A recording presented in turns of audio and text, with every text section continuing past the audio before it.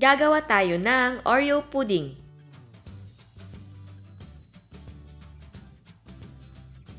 Para sa pudding ingredients, meron tayong white sugar, evaporated milk, cornstarch, salt, butter, vanilla extract, and Oreo. Para sa base or crust, meron tayong Oreo and butter. Ito naman ay optional lang, gagawa tayo ng chocolate ganache. Ang kailangan lang natin ay semi-sweet chocolate and evaporated milk. Ang unang gagawin natin is separate lang natin ang palaman at ang biskwit. Ngayon naman, i-crush natin ang cookies. Pwede kahit anong method ang gamitin nyo sa pag-crush. Pwede manual, pwede yung dikdikin. Ako naman, ang gamit ko ay maliit na food processor dahil mas madali. Ngayon naman, i-combine natin ang crushed Oreos at 2 tablespoon ng butter.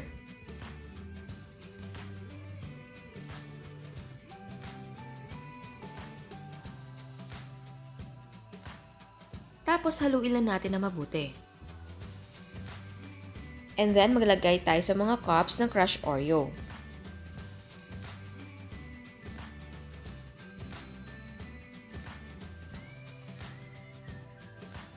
Just press it down to pack it tightly.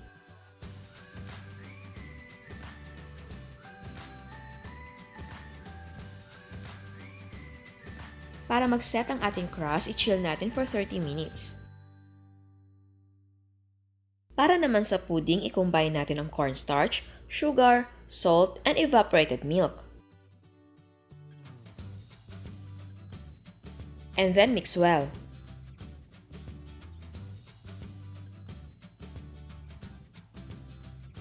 In a pan, painitin natin ang evaporated milk.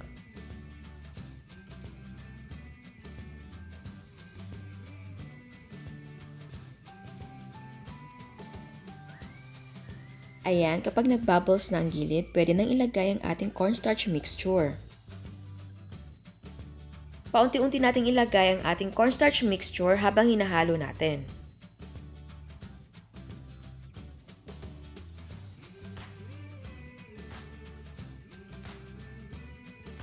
At continue lang ang paghalo hanggang maging thick yung ating mixture.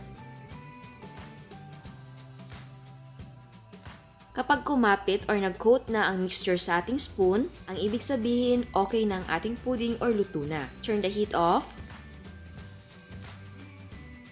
At habang mainit pa, ihalo natin ang palaman ng ating Oreo.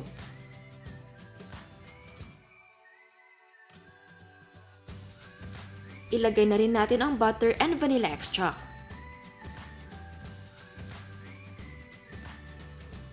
Mix well.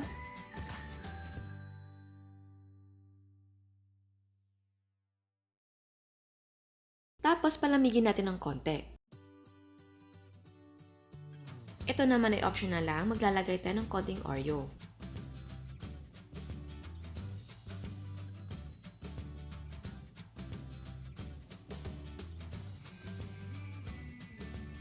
Ngayon naman, mag-a-assemble na tayo. Maglagay tayo ng pudding sa ating mga cups na may crust.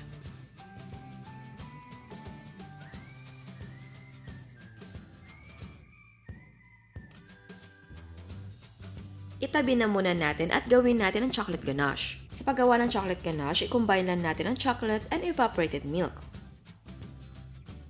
Haluin lang natin until mag-melt yung ating chocolate. At ang apoy natin ay low heat lang. So ayan, nag-melt na ang ating chocolate.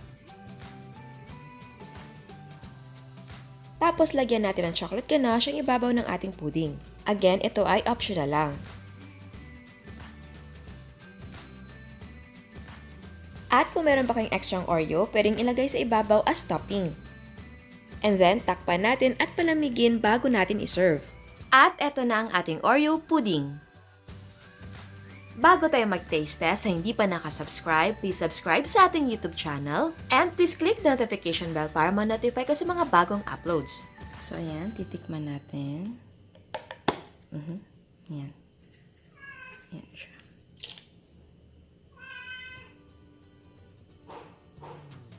Oh, look at that. Ganda. Yum.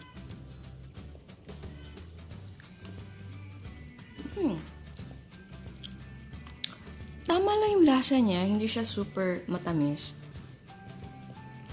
Actually, yung chocolate medyo matamis siya for me. Pero, sarap. Sarap. Yum. Sarap ng pudding natin. Yum. Again, ang paglalagay ng chocolate ganache ay optional lang. Pero masarap na rin kung meron.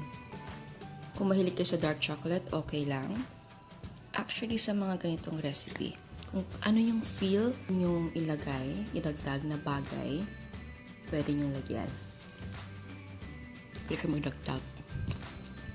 Sarap.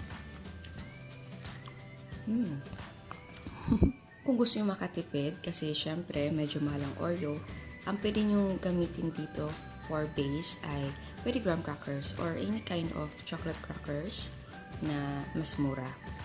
Or kung ayaw nyo ng Oreo, syempre pwedeng gumamit ng mga gusto nyong brands. Ibang brand naman. So ayan, sana nagustuhan nyo ang ating recipe. Ciao! At eto naman ang mga prices ng ating mga ingredients. And yes, pwedeng gumamit ng mga gusto yung brands.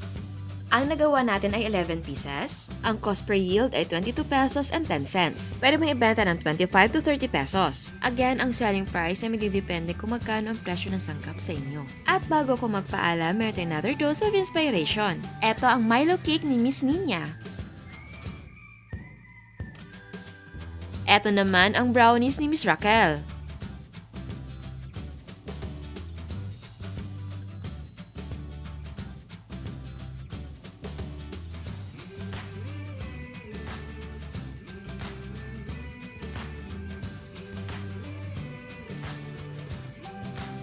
Kutsinta by Miss Ruby. No-bake spaghetti.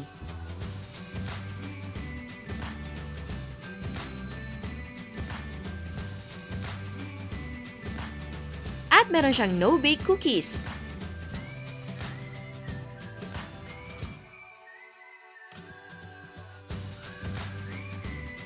Ito naman ang mga cakes ni Miss Zain.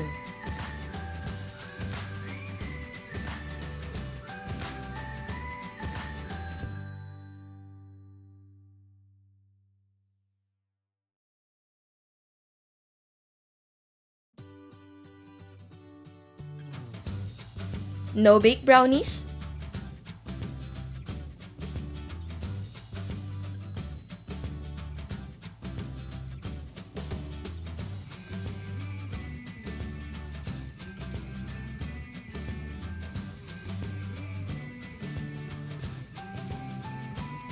At meron siyang no-oven pandesal. Ito naman ang mga cakes ni Miss Arsenia.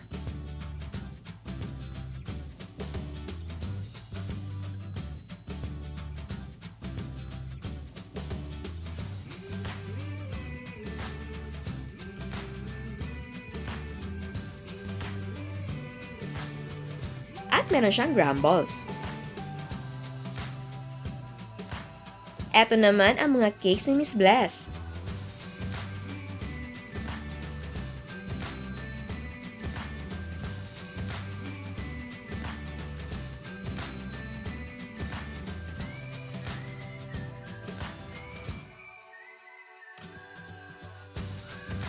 Meron siyang ube halaya.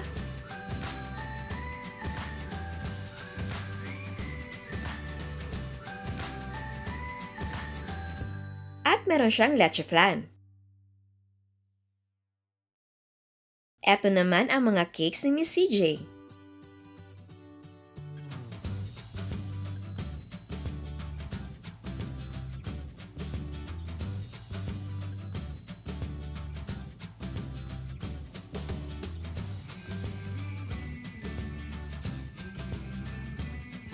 Salamat sa lahat na nagpapadala ng mga photos. Nakaka-proud kayo lahat. At dapat kayo rin maging proud sa sarili ninyo. Believe ako sa effort na ginagawa ninyo. Pinupush nyo talaga yung sarili ninyo to learn new things. Again, salamat. Salamat talaga sa suporta. At kung hindi ka pa nakasubscribe, yes, ikaw, please subscribe sa ating YouTube channel. And please click the notification bell para ma-notify kayo sa mga bagong uploads. And please don't forget to like our Facebook page and follow us on Instagram. Thank you!